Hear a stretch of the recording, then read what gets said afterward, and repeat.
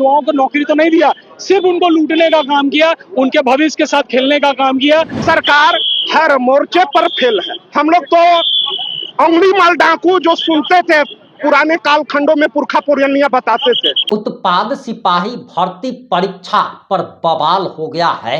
पूरे झारखंड में ये बवाल फैलता चला जा रहा है। युवाओं का भविष्य खा गई है हेमंत सोरेन सरकार और अंगुली माल डाकू से हेमंत सोरेन की तुलना की जा रही है।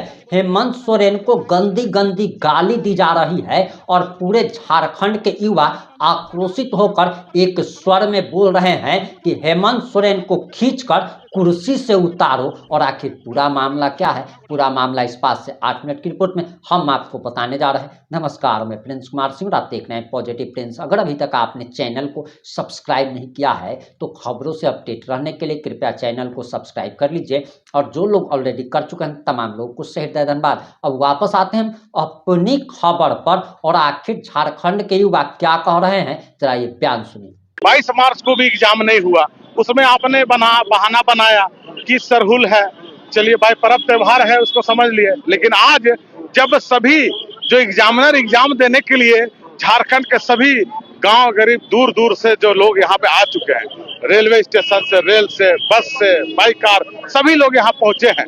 उसके बाद आप लास्ट आवर में एग्जाम कैंसिल की बात कर हुआ।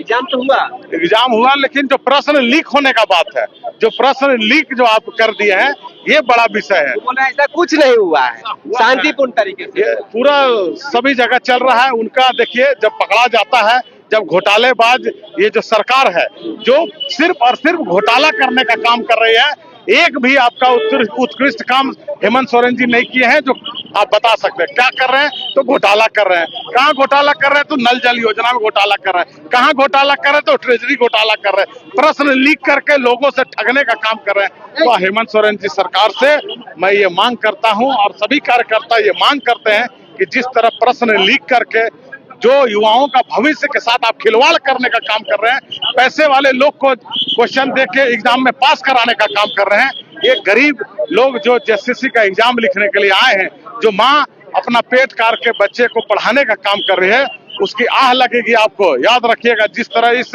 लोग इसमें सम्मिलित है उनको आह लगेगी। ये हम सभी कार्यकर्ता ऐसा मांग करते हैं कि इस जो जांच है इसमें सीबीआई जांच होनी चाहिए, तब न्याय मिलेगा। देखिए, एक और एग्जाम है जो कि अब सीबीआई से जांच करवाने की मांग अब कर दी गई है।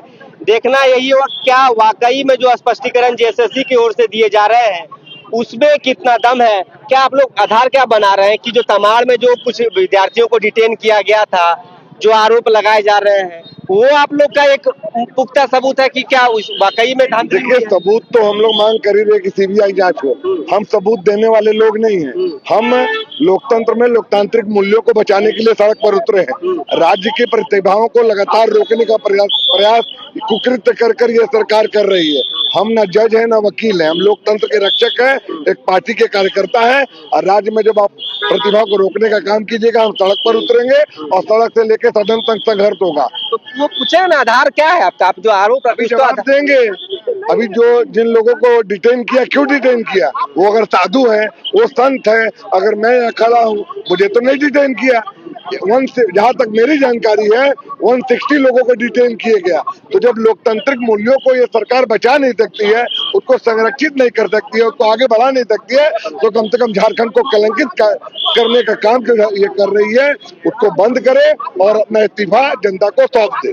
मैं तो अभी सेंटर से घूम के आ रहा था, वो विद्यार्थी बोल रहे हैं कि नहीं अच्छे तरीके से हुआ है, क्वेश्चन हमारे सामने सील तोड़ा गया है। क्यों ये बात उठा? तो वो तो बता रहे थे, कम से उनसे पूछा कीजिए ना कि क्या बात है, क्यों ये चीज हो रहा है।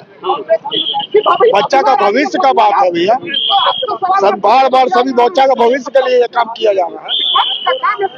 तो ये देखिए कि बीजेपी अब पूरे तरीके से, अभी तो एग्जाम हुआ भी नहीं, आप लोग तुरंत सड़कों पे उतर गए हैं। देखिए, अभी 160 लोगों को प्रशासन ने ही डिटेन किया। तो उन्होंने डिटेन क्यों किया? क्योंकि पेपर लीक हुई है।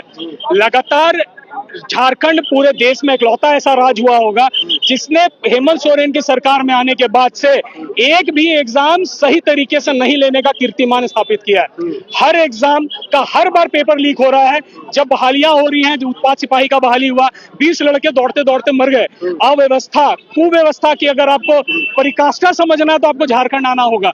हेमंत सोरेन लगातार राज्य में सत्ता में आए थे युवाओं को नौकरी देने के नाम पर, लेकिन इन्होंने युवाओं को नौकरी तो नहीं दिया, सिर्फ उनको लूटने का काम किया, उनके भविष्य के साथ खेलने का काम किया और इसमें एक नया अध्याय जोड़ने का काम उन्होंने इस बार के एग्जाम में करने का काम किया, जो किसी भी कीमत पर बर्दाश्त नहीं किया जा सकता। आपको दर्द समझना होगा, राज्य के युवाओं के दर्द को समझना होगा। आप जाइए हॉस्टल में, कोचिंग संस्थानों में और जाकर देखिए, एक बच्चा तैयारी करता है और जब एग्जाम में बैठता है पता चलता पेपर लीक होता है। इससे ज्यादा पीड़ादायक घटना किसी के साथ नहीं हो सकती। मेरा मेहनत बेकार हो रहा है, हमको तकलीफ हो रहा है, मेरे परिवार को तकलीफ हो रहा है। एक गरीब का बच्चा, नौकरी की तैयारी कौन कर रहा है? ज्यादातर लोअर मिडिल क्लास के बच्चे कर रहे हैं। एक गरीब तबका का बच्चा इतना मेहनत से तैयारी करता है और उसके बाद ऐसी घटना घट जाए, ये बहुत दुखद है और ये राज्य में लगातार हो रहा है। एक बार होता, 2 बार होता, समझ में आता, लेकिन हेमंत सोरेन जी एक भी एग्जाम को सफलतापूर्वक नहीं करवा पा रहे।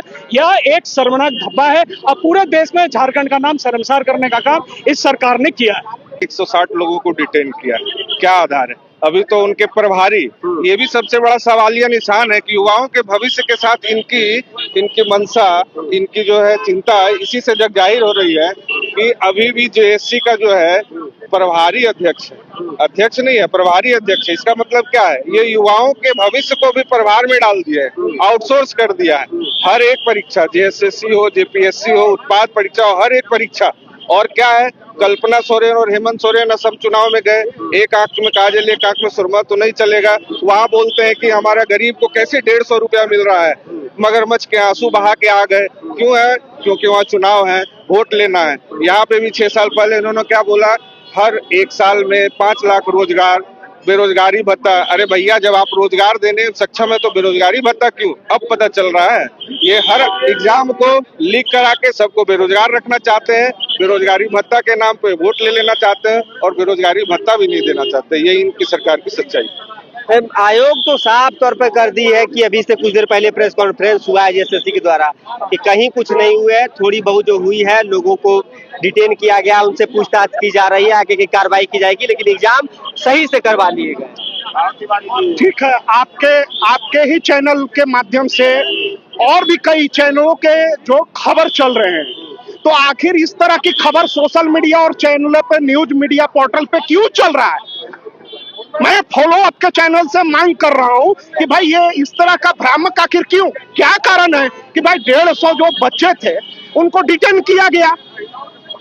वो शादी का कोई निमंत्रण में तो नहीं बैठे हुए थे या किसी का तिलक में तो बैठे नहीं थे, एग्जाम देने गए होंगे। अगर युवा हैं तो मैं आपके माध्यम से बोल रहा हूं कि अगर युवा हैं तो जरूर वो दिए होंगे एग्जाम देने। तो निश्चित रूप से यह सरकार हर मोर्चे पर फेल है। हम लोग तो अंगुली माल डाकू जो सुनते थे पुराने कालखंडों में, पुरखा पुरानिया बताते थे कि भाई अंगुली माल डाकू, तो इस सरकार में तो चाहे किसी भी विभाग में आप जाओ, युवाओं के साथ तो ऐसा छल किया गया कि हम लोग आज माने अपने कार्यकाल में अपना जो आने वाला पीढ़ी है क्या जवाब देंगे हम।